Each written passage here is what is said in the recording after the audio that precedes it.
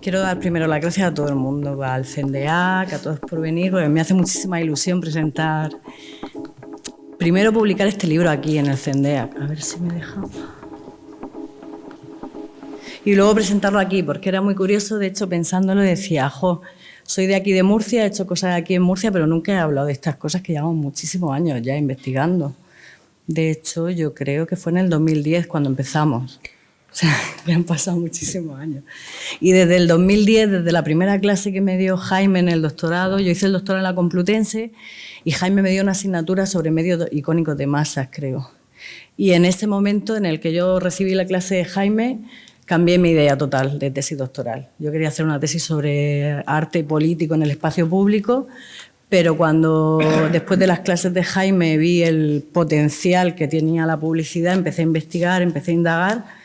Y recuerdo que al final dijo, bueno, quien quiera hacer una tesis doctoral sobre arte y publicidad puede contar conmigo. Y yo me quedé totalmente prendada de él y de sus clases. Y ahí empezamos, o sea, no, ahí empezó todo en realidad. Pero lo que yo aprendí de ella, lógicamente. Claro, Cuando quiero hablar del tema concreto. Yo tenía muy claro que quería hacer algo que tuviera que ver con arte actual, pero que tuviese que ver con el potencial político del arte, que es de lo que al final acabo hablando siempre. O sea, al final yo creo que la publicidad ha sido una excusa para hablar de lo que realmente me apetecía hablar, del arte político. Y bueno, en realidad yo no me voy a poner, porque sería súper extenso. De hecho, he hecho una selección súper pequeña de imágenes porque creo que esto es algo, o sea, es totalmente imposible resumir tantísimos años de investigación, tantas conversaciones, tantas conclusiones, tantas ampliaciones, porque mi tesis yo la defendí en el 2015 y de hecho está publicada en la universidad.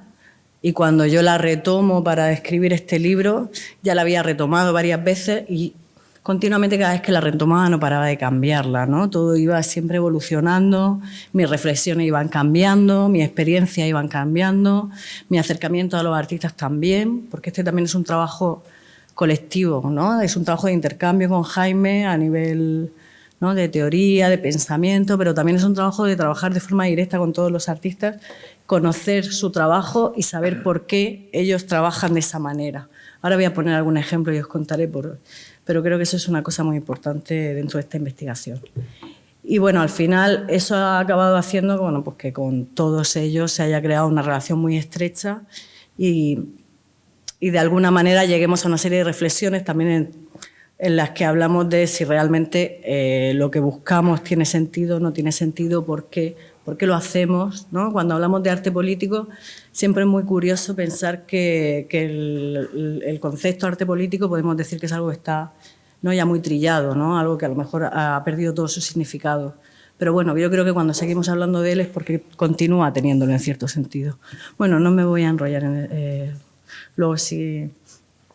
Bueno, esta investigación la retomo en el año 2016 en un comisariado que se llamaba Arte versus Publicidad, revisiones críticas del arte, desde el arte actual, creo que era, no me acuerdo ya con el título de la tesis, y un proyecto que hago de la mano de Jaime, con Jaime, en la Universidad de Zaragoza, que es una exposición y un catálogo de exposición, donde publico una parte, y que ya es una revisión de esa tesis doctoral de 2015, donde en el 2016 publico una parte de este trabajo de investigación y tengo la oportunidad de hacer una exposición grande, colectiva, con todos los artistas que formaban parte por aquel entonces de mi investigación.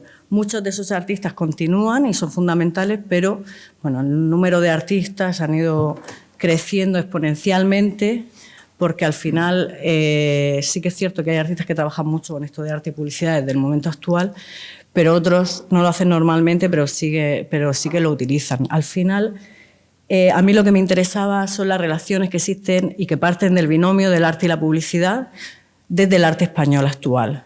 Pero era fundamental hacer un pequeño acercamiento, que eso siempre Jaime, como buen director, me decía que era fundamental, y de hecho hay un capítulo entero que lo dedico a toda esta parte que ha hablado él en su conferencia, ¿no?, a todas esas relaciones que existen entre el arte y la publicidad, tanto desde el arte como desde la publicidad, desde finales del siglo XIX, desde el inicio de la industria publicitaria y cómo va evolucionando esta industria, cómo va cogiendo esa fuerza que coge y cómo no solo el arte pone su mirada, o sea, no, perdona, la publicidad pone su mirada en el arte para crear imaginarios que de alguna manera seduzcan a todo el mundo, ¿no? Porque al final ese es el objetivo fundamental de la publicidad, sino como también desde el arte se pone la mirada en los soportes, las herramientas, los canales, todos esos mecanismos que te ofrecía la publicidad, que en cierto modo te ofrecen cosas muy diferentes de lo que te puede ofrecer el mundo del arte. Exponer una obra en un cartel, en un autobús, salir a la calle, es muy diferente de lo que implica el mostrar tu trabajo dentro de una sala de exposiciones. Entonces, bueno, ese era mi punto de partida, mi investigación, pero siempre desde una mirada crítica, siempre pensando en qué podemos hacer desde el arte. Para mí, siempre como investigadora, pero también como comisaria, porque yo trabajo yo soy comisaria y creo que eso se nota mucho en este libro, porque al final también, de hecho, lo hablo en la introducción, que no están todos los que son, ¿no? O sea, en realidad hay muchísimos más artistas de los que yo reflejo en este libro que trabajan apropiación publicitaria desde una perspectiva crítica, pero yo hago una especie de selección a modo de comisariado y, bueno, eso, mi mirada como comisaria y como investigadora,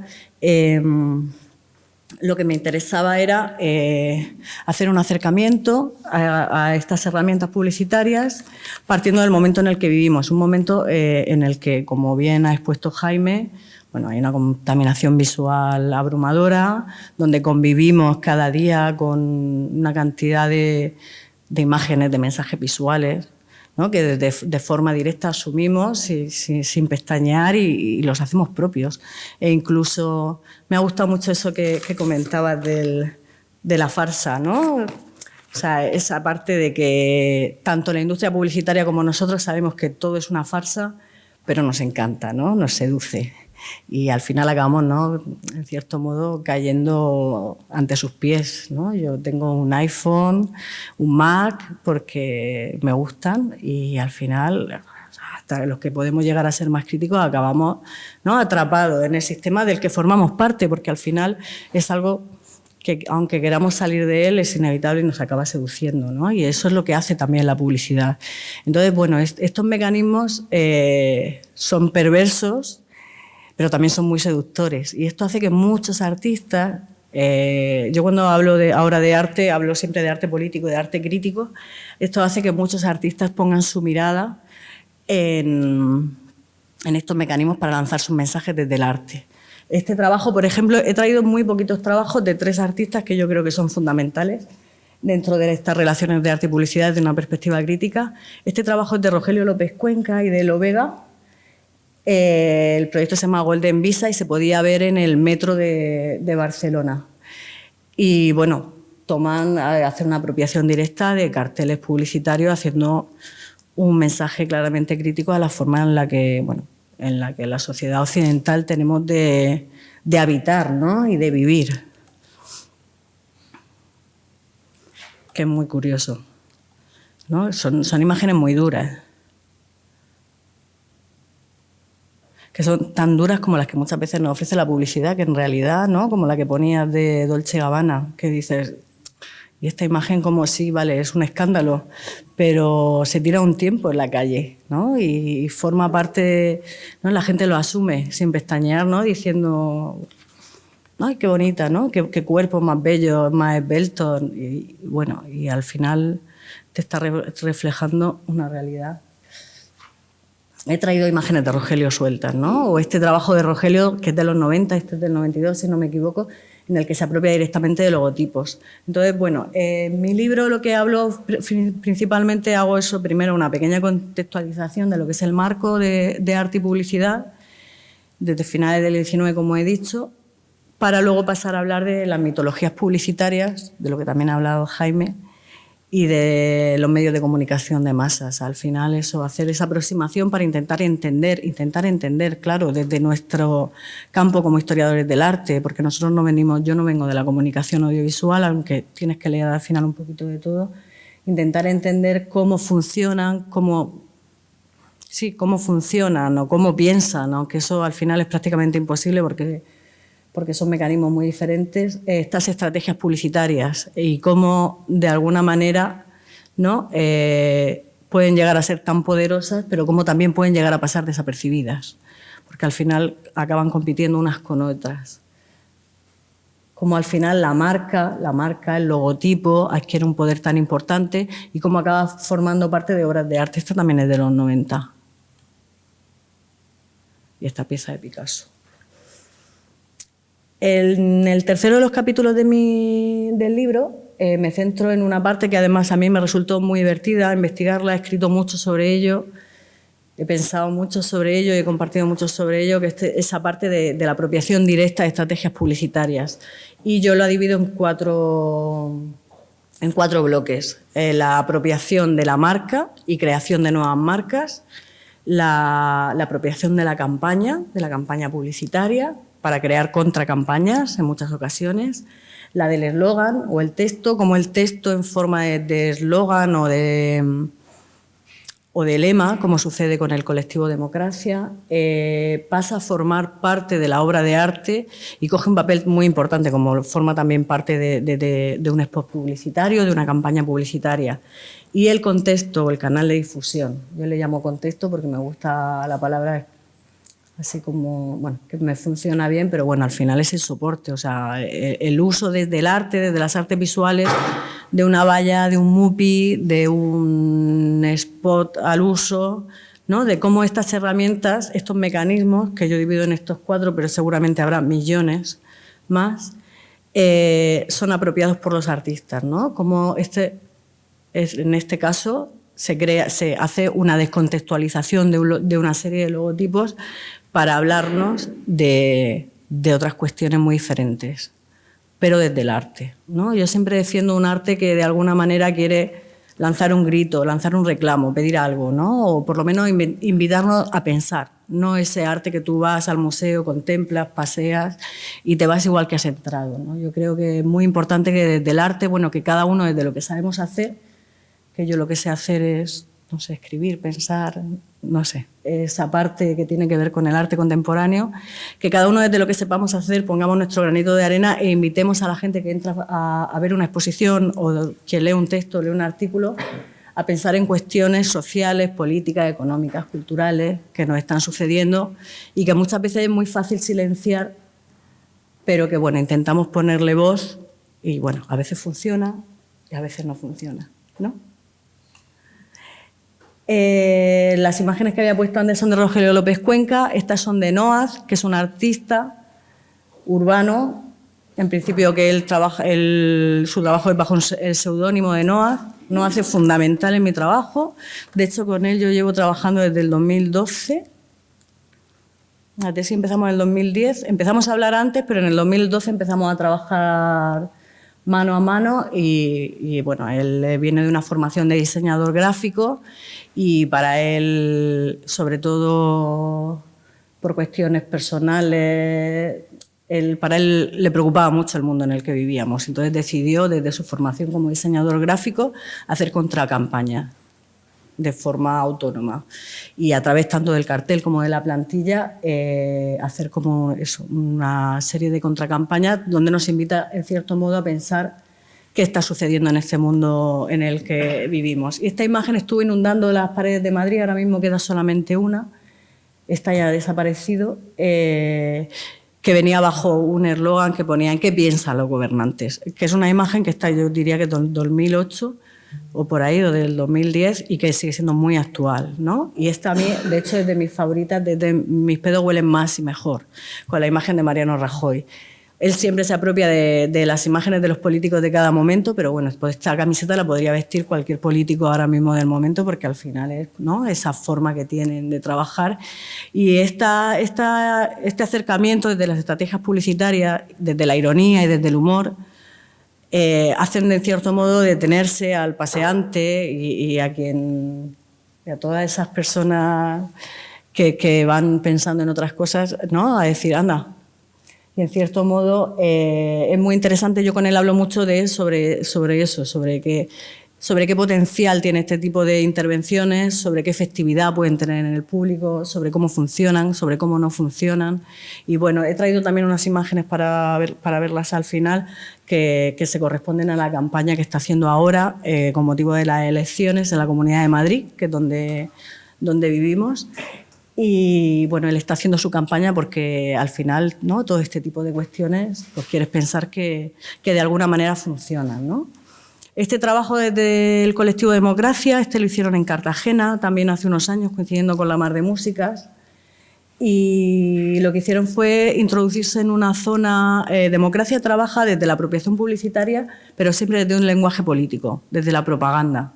A ellos les interesan mucho los lemas propagandísticos y desde esa mirada se sirven de estrategias y de soportes publicitarios para lanzar este tipo de mensajes. Entraron en Cartagena, en una comunidad donde sobre todo hay una población árabe, y les lanzaban mensajes y lemas revolucionarios en su idioma, cuando ellos normalmente se encuentran en castellano todo su lenguaje, y era una confrontación, ¿no?, un lenguaje muy directo con ellos.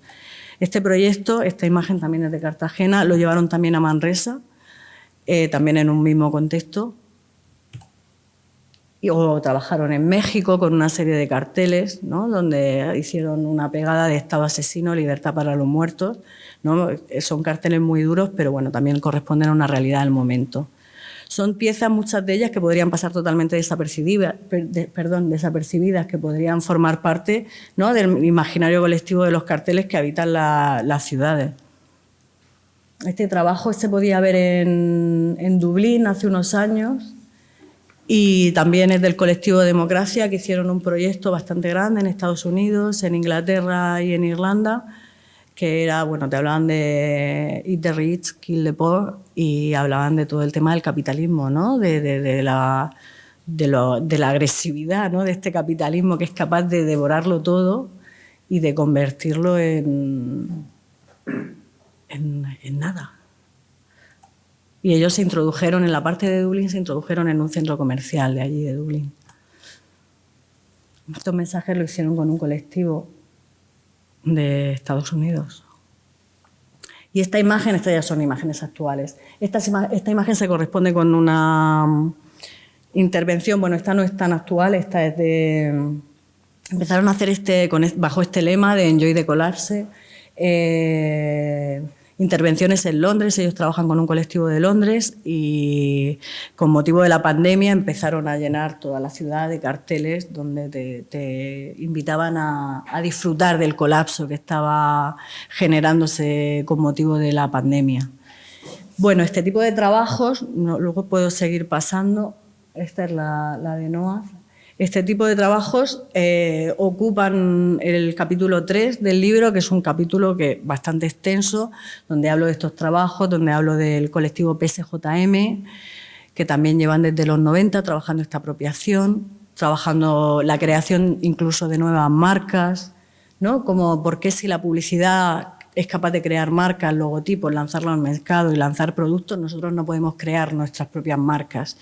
Y ellos crean, por ejemplo, no he traído imagen, pero crean una línea de pantalones vaqueros y de ropa para gente joven bajo el nombre de Karl Marx, ¿no? Y crean este tipo de ironías del sistema, ¿no? Como al final Marx acaba representando un objeto de consumo y un pantalón vaquero que se vende a un precio bastante elevado, ¿no? Y todo este tipo de creación de nuevas marcas lo trabaja mucho el colectivo PSJM en su trabajo de primeros del 2000.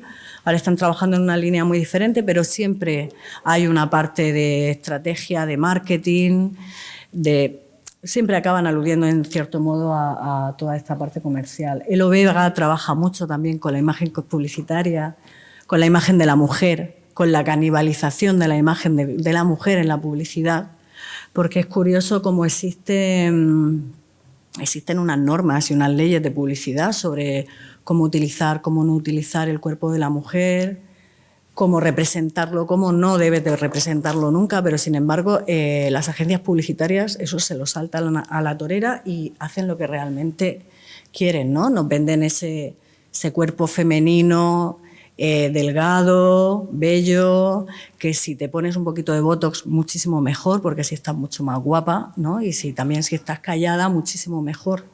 Entonces todo ese tipo de anuncios, Elo Vega los rescata y te los expone directamente, ¿no? Pero todos de una vez. De hecho, ha hecho un proyecto ahora en la Academia de España en Roma que culmina con una publicación donde puedes ver este tipo de anuncios a nivel internacional y es increíble ver cómo al final, ¿no? Como que nosotros los vemos de forma aislada, pero cuando lo ves todos juntos te das cuenta del sistema en el que vivimos y al final la gran... No me sale ahora la palabra, ¿no?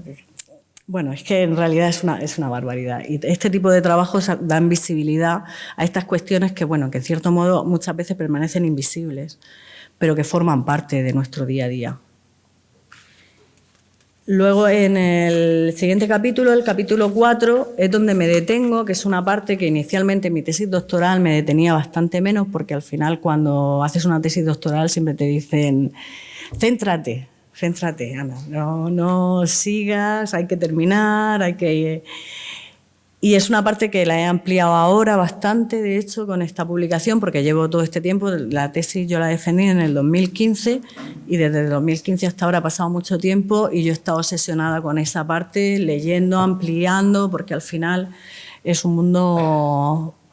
Bueno, pues es que al final cuando trabajas en la historia del arte es algo infinito, pero cuando trabajas con arte actual es algo que está continuamente cambiando y es como decía Jaime, ¿no? Al final no tienes una perspectiva histórica, solo hay 23 años de este año ahora, pero yo entregué el texto en el 2021 iba a entregarlo, pero al final amplié en el 2022, ¿no? Y como que todo el rato me veía hasta que ya dije, bueno, le ponemos una fecha, ponemos un cierre porque esto no tiene fin. Cuando trabajas de arte actual, con arte actual no puedes tener esa perspectiva y decir, ha pasado esto, estas son las conclusiones, sino que todo va cambiando y todo va cambiando a una velocidad muy rápida, ¿no? Por ejemplo, este cartel es de ahora, de mayo del 2023, con motivo de las elecciones de la Comunidad de Madrid. Y no es que llevaba mucho tiempo sin salir a la calle a pintar y hacer este tipo de campaña, he decidido que es el momento y está haciendo una campaña por Madrid. Voy a poner otra. Pero... ¿Por qué estaba diciendo esto? Es que ya... pero bueno, que en cualquier caso, que es algo que no tiene fin, que va cambiando, pero no hace... Por eso lo decía, hace unos años hizo unos carteles, que no los he traído, de apoyo a Manuela Carmena, ¿no? Como muchos artistas de Madrid, pero sin embargo al año siguiente, después de ver el gobierno de Carmena y no estar de acuerdo con las políticas culturales de la entonces alcaldesa, decidió hacer otro cartel en contra de las políticas culturales, ¿no? Al final esto es algo que es lo bueno que tiene el arte, ¿no? Que al final tiene ese carácter independiente, de que tú puedes lanzar tus mensajes a favor o en contra de lo que está sucediendo, no siempre tiene por qué tener... Por supuesto tiene una línea ideológica bastante importante, que la parte de la ideología es fundamental aquí, pero bueno, una ideología con principios siempre de reflexión. El trabajo de él siempre es una reflexión en torno a qué está pasando y una crítica constructiva a cómo podemos mejorarlo. Y obviamente la Comunidad de Madrid hay una serie de problemas muy claros que tiene pinta de que vayan a continuar y bueno, él ha decidido salir a hacer su campaña. Todo esto lo decía porque el capítulo 4 se dedica al potencial crítico del arte. Al principio yo no quería hablar nunca de arte político, por eso de que al final el arte político es un cajón muy grande, ¿no? Donde entra todo, pero decidí hablar de arte político o arte propagandístico. O sea, por ejemplo, el cartel que se puede hacer de apoyo a Carmena es un arte de propaganda. Igual, no es igual obviamente, pero que el arte que sucedía en una línea, todo arte que apoya un régimen, ya sea de una ideología o de otra, es un arte de propaganda. Y el arte político, yo hablo siempre de arte político desde una perspectiva crítica, ¿no? Vamos a hablar de qué está sucediendo y vamos a lanzar una mirada crítica hacia ella. Son muchísimos artistas los que trabajan en esta línea, unos son muchísimo más claros, como sucede con este trabajo, otros son muchísimo más sutiles, pero te hablan siempre desde esa mirada, ¿no? Y yo sí que en este apartado del libro trabajo desde los artistas más claros. Él siempre me habla de eso, de lo fácil que es con una plantilla salir a la calle a hacer una gran tirada. Me mandó estas fotos y creo que son muy muy esclarecedoras. Bueno, ese capítulo se centra en el arte político. Ahí quise hacer una pequeña aproximación desde la Guerra Civil hasta el siglo XX, para luego centrarme en el siglo XXI, que es el tiempo del que hablo en mi libro, y hablo, bueno, pues desde el pabellón del 37 en París, la dictadura, todo el anquilosamiento cultural y la parálisis cultural que sucede en nuestro país durante la dictadura, de la apertura al exterior, de la Bienal Hispanoamericana del 51, sobre el que escribe Miguel Cabañas, un maravilloso libro que habla de ese periodo, de estampa popular y de los colectivos de los 70 y de los 80. Sobre estampa popular, Noemí de Haro también hizo una tesis doctoral y luego publicó un libro. Es un colectivo muy interesante que en plena época franquista se lanzaban mensajes políticos. Era un colectivo claramente político, claramente crítico, de los poquitos que había en la época. De los encuentros de Pamplona del 72, del pabellón de la Bienal de Venecia del 76, de qué sucede en ese momento, que si no, no terminaría nunca, porque todo esto es una... Y bueno, del arte de los 80, de los 90, los colectivos, como es la familia Lavapiés, Agustín Parejo School, todos estos colectivos activistas que tenían un sentido. Muchos de ellos decidieron en la transición que ya no tenía sentido su lucha, y otros muchos pensaban que tenía aún mucho más sentido y continuaron trabajando. Muchos de ellos continúan trabajando hasta la actualidad, o si no es en forma de colectivo, de forma independiente, como por ejemplo el caso de Rogelio López Cuenca. Él formaba parte de Agustín Parejo y él continúa trabajando desde una línea muy crítica, desde este acercamiento. Este capítulo que dedico al arte político me da así como miedo, entre comillas, no irme del tema, ¿no? Porque al final este libro trata sobre estrategias publicitarias, sobre arte y publicidad. Pero sí que me salgo un poco, pero luego vuelvo, porque en realidad al final es muy difícil. Esto daría para otro libro, este capítulo daría para un nuevo libro. Y lo que hago es centrarme en esos artistas de carácter político, cómo abordan desde las estrategias publicitarias estos mensajes críticos. Y el último capítulo... Bueno, voy a dejar... Y el último capítulo habla de algo que es totalmente irremediable y del que estaba hablando todo el rato, en todos mis textos en la tesis, y a última hora decidí que, bueno, que eso formaba parte de un capítulo autónomo, que es el tema de los públicos, ¿no? Los públicos que son fundamentales y cómo este tipo de trabajos necesitan de un público y dónde se exponen. Entonces, bueno, hablo también del museo, porque al final no podemos olvidarnos que aunque estemos hablando de publicidad, estamos hablando sobre todo del arte. La publicidad es una excusa y al final el trabajo de los artistas, no todos, pero la mayor parte de ellos, se muestran en contextos, en espacios habituales de exhibición artística, en centros de arte, en museos, en galerías de arte. Y aunque se muestren en la calle, al final acaban formando parte de ese mundo del arte, ¿no? En forma de un texto, ¿no? Como yo solo hablo mucho con Noas, en el momento en el que cogemos su mono y lo metemos en una conferencia que tiene que ver con arte en un centro de arte, al final acaba formando parte de ese contexto para el que no ha sido concebido, ¿no? ¿Qué sucede con este tipo de trabajos que están concebidos para exponerse en un marco que no tiene absolutamente nada que ver con el artístico y no le interesa nada, pero sí que están creados por artistas?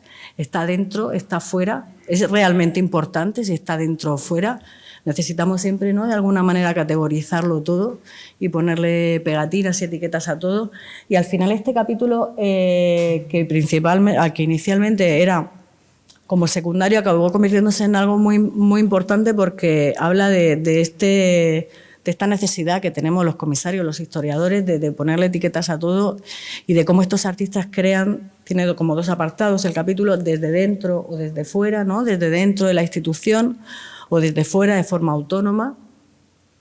Como no es lo mismo, obviamente, desde el museo se alquila un espacio, un soporte publicitario para mostrar una obra de arte que forma parte de una exposición, ¿no? ¿Cómo entendemos esa obra? Pero en realidad son obras que están en soportes publicitarios, pero que no tienen el logotipo del museo, del centro que la alquila, ¿no? ¿Cómo lo entiende el público? ¿Cómo dialoga el público con ese tipo de trabajos? Y ese último proyecto lo dedicamos sobre todo a esa parte, ¿no? A todos los espacios para la publicidad como contenedores nuevos de exhibición artística, para nada nuevos. En el siglo XX se utilizaban ya Y en el siglo XX fueron muchos los artistas que no querían estar dentro del museo, del cubo blanco, de llámalo como consideres, y salieron a la calle. Y ellos se pagaban sus autobuses, se pagaban sus pegatinas o intervenían de forma directa sobre las vallas publicitarias. Y bueno, todos estos lenguajes críticos, he traído esta imagen, por ejemplo, este artista, esta imagen, esta obra es de ahora también, se puede ver en Cáceres Abierto, y es el trabajo de Santiago Morilla. Santiago Morilla, por ejemplo, es que este libro es un libro que habría que estar actualizando continuamente. Santiago Morilla es un artista que no está representado en este libro. Si tuviese que hacer una ampliación, por supuesto, incluiría este trabajo, que creo que tiene mucho que ver con ese apropiacionismo de lenguajes publicitarios. Él planteó para Cáceres Abierto una pieza, él trabaja sobre todo con cuestiones que tienen que ver con arte y naturaleza. Él planteó hacer un análisis de las aguas de 4 fuentes de Cáceres, un análisis científico, ¿no?, de esas aguas. Tomó unas muestras y vio los contenidos que tenían esas aguas. Dentro de esas aguas hay 2 fuentes que están autorizadas, que se beben públicamente. La gente de Cáceres va con sus garrafas a beber ese agua. ¿Qué es lo que pasa? Que cuando se llegaron los resultados de la analítica había muchos sulfatos, había plomo, había cianuro, había componentes muchísimo más elevados de los permitidos por salud en esas fuentes, y estos carteles que estaban concebidos para ponerse en los alrededores de las fuentes, el ayuntamiento no nos concedió los permisos. El ayuntamiento por ley está obligado a hacer unas revisiones y a cumplir la normativa. O sea, es una cosa así que debe de cumplir. Pero claro, cuando vio esto dijo que podría ser un problema de salud y una alerta ciudadana, y no nos permitió ponerlo. Nosotros lo expusimos en una sala que hay, que es de la Diputación, la Sala del Brocense. Y bueno, al final estos carteles, que no querían que llegase a la población de Cáceres, están en los periódicos todos los días, siempre que podemos hablamos de ellos.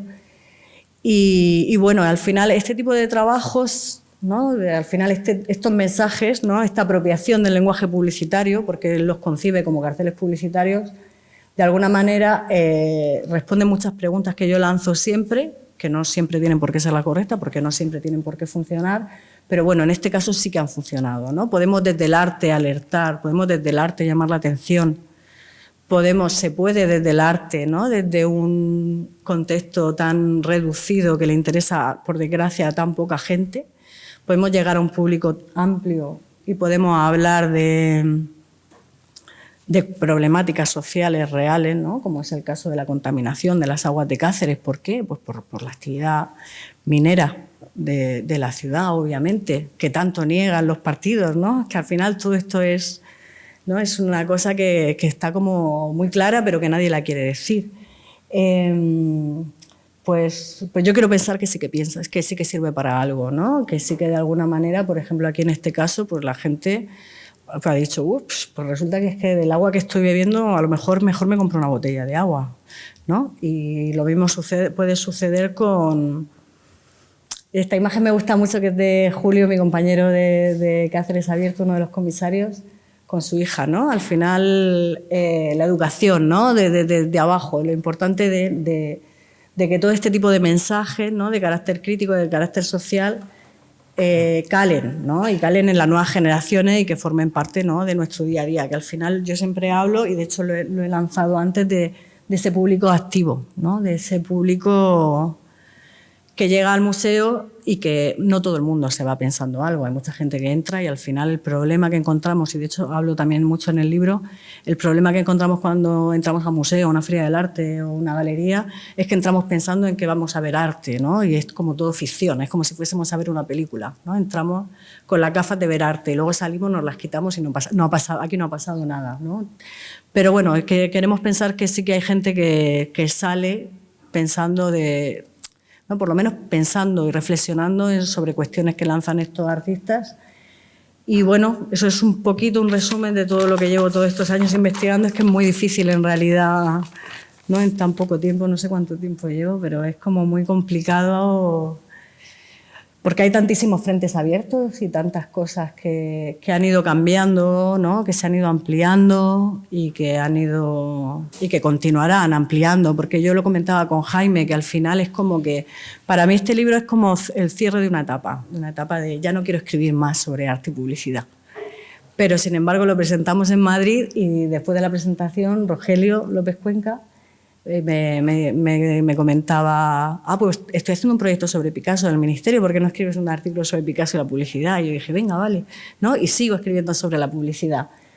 Intenté darle una vuelta y trabajé curiosamente temas de los que ha hablado Jaime en su conferencia, ¿no? De toda esa parte de la apropiación publicitaria de imágenes de la historia del arte. Pero bueno, mi idea es que con este libro cerramos una etapa y continuamos, ¿no? Con ese arte, ¿no? Más social, político, en ese sentido. Pero bueno, al final es inevitable volver una y otra vez. Y quien ha hecho este tipo de investigaciones y ha hecho tesis doctorales sabe que al final esto se convierte, ¿no? en su hijo pequeño. Que yo pensaba que nacería primero el libro y luego Jara, pero no, nació Jara primero. Y nada, y que solo daros las gracias, porque a mí me hace mucha ilusión hablar sobre estos temas y no sé, si os apetece preguntarme algo, que comentemos algo, lo que sea. Voy a poner la del Noas que espero que sirva.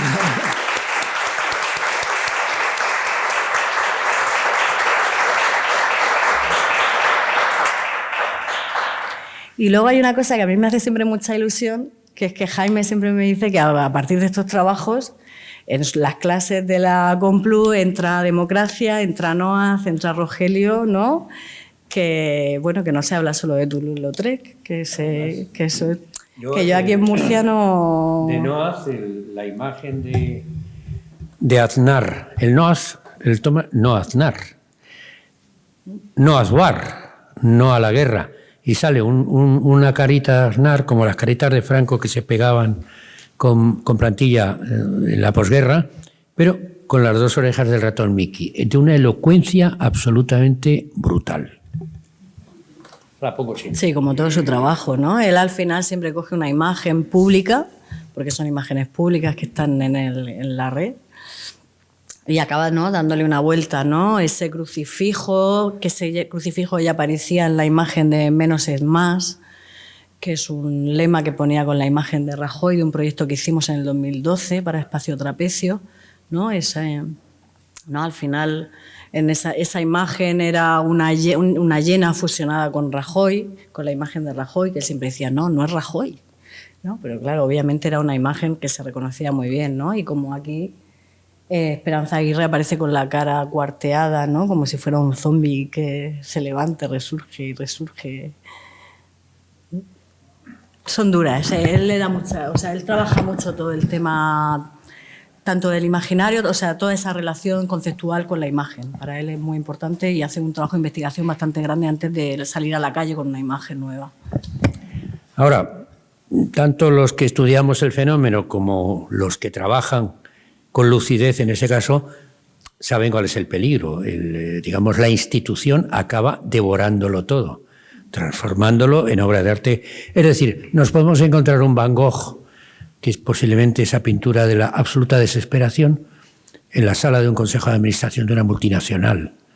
Es decir, eso que he proyectado yo del puente, esa imagen terrible de los que querían ser primarios y salvajes porque había que volver al origen, todo estaba muy mal, había que empezar otra vez a ver si esta vez salía bien, acababa siendo devorado. Y seguramente todo esto acabe siendo devorado, esté en las historias del arte y sea consumido en una feria de arte. Ellos son conscientes de eso, lo cual supone que continuamente tienen que estar en tensión y cambiando la estrategia. La estrategia del poder la invalida enseguida, todo lo invalida, absolutamente todo, todo lo castra. Entonces, continuamente hay que estar en una renovación estratégica.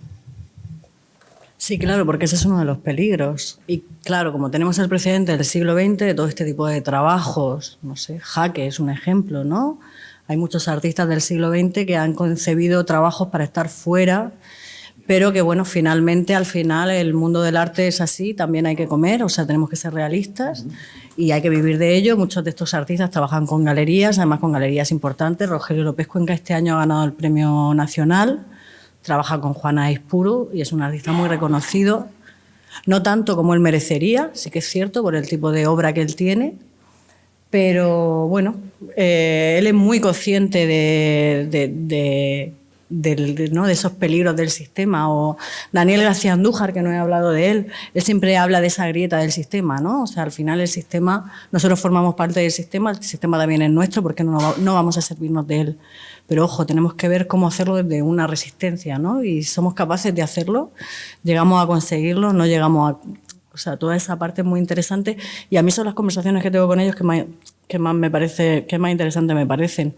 Con Eugenio Merino también, yo con Eugenio Merino hablo mucho de este tipo de cuestiones, ¿no? Al final Eugenio este año presentaba un Picasso en Arco que bueno, pues ha sido la obra más fotografiada de la feria, o el Ninot que hizo con Santiago Sierra, o el Franco metido en una nevera de Coca-Cola, ¿no? Y al final Eugenio es muy consciente de dónde está y de que tiene que utilizar esas herramientas a su favor, ¿no? Al final ese tipo de conversaciones son muy interesantes, ¿no? De ver de qué mirada ellos se enfrentan a estos problemas, porque al final estás criticando algo de lo que acabas formando parte, ¿no? Y a mí me pasa exactamente igual y es algo complicado de abordar. Entonces, bueno, ¿cómo se aborda de una forma coherente? Que eso es muy importante. Y ellos siempre me confirman, o sea, coinciden todos en lo mismo, ¿no? Desde la resistencia, ¿no? Desde intentar pensar siempre cómo funcionar, y si algo no funciona, no pasa nada, empiezas otra vez, ¿no? Esto es como un caes, te levantas, caes, te levantas. Porque, por ejemplo, el trabajo este que traía de democracia trabaja sobre todo a nivel internacional, trabaja con museos de todo el mundo, con proyectos súper potentes, con unos presupuestos muy elevados, por eso ellos trabajan mucho en inglés, y con una fundación de Londres también muy potente, trabajan con una galería de Barcelona, ellos forman parte del mundo del arte, pero sus trabajos no son trabajos amables para el mundo del arte, ¿no? Yo siempre digo que al final en España su trabajo se ve menos de lo que se debería de ver para lo importante que es el trabajo que ellos hacen, pero claro, es que ellos no están haciendo un trabajo para nada amable, ellos hacen un trabajo muy duro, muy directo, y que, bueno, que en cierto modo siempre buscan, ¿no? esa tensión, sirviéndose de todos estos lemas propagandísticos. Y de estos lemas siempre son de carácter revolucionario, ¿no? Ellos los descontextualizan, los sacan a la calle y los recontextualizan, ¿no? En el ambiente, en el momento en el que estamos. Y esta imagen, por ejemplo, volviendo a Noas, de Ayuso, él hizo otra intervención hace tiempo con la palabra el mal, ¿no? En vez de vota muerte, el mal, hablando de la mala gestión que había hecho la presidenta de la Comunidad de Madrid con todo el tema de la pandemia, ¿no? Donde Madrid era una ciudad muy guay porque estaban todos los bares abiertos y todo lo demás daba igual, ¿no? Y bueno, al final son trabajos. Él, por ejemplo, en el caso de Noa, no es un artista que trabaje desde la institución, como sí que lo hacen otros artistas. Lo hace desde un marco más independiente, como también lo hace 2J, que no he traído ninguna imagen de él, o el colectivo Lejan Rotation, y muchísimos artistas que yo creo que también son fundamentales y que bueno, que en cierto modo, por ejemplo, en la última edición de Cáceres Abierto estaba Lejan Rotation, ¿no? Ellos acaban formando parte de algunos de estas bienales, festivales, pero no forman parte de las salas de los grandes museos, ¿no? Como el Museo Nacional Centro de Arte Reina Sofía. Cuando presentamos tu libro en Arco, una cosa que me gustó mucho de Noas fue la lucidez con que dijo: hasta ahora mi trabajo podía tener cierta capacidad de llegar porque se inscribía en, digamos, las redes comunicativas que funcionan. Pero hay nuevas redes comunicativas que yo no controlo, que están surgiendo y donde todavía no sé cómo intervenir. Y si quiero ser eficaz, deberé aprender a intervenir en ellas para llevarlo, para que luego otra vez lo devoren y entonces buscar una tercera. Esa lucidez a mí de Noas me ha gustado siempre mucho. A cabalgar hasta enterrarlos en el mar, como decía Alberti.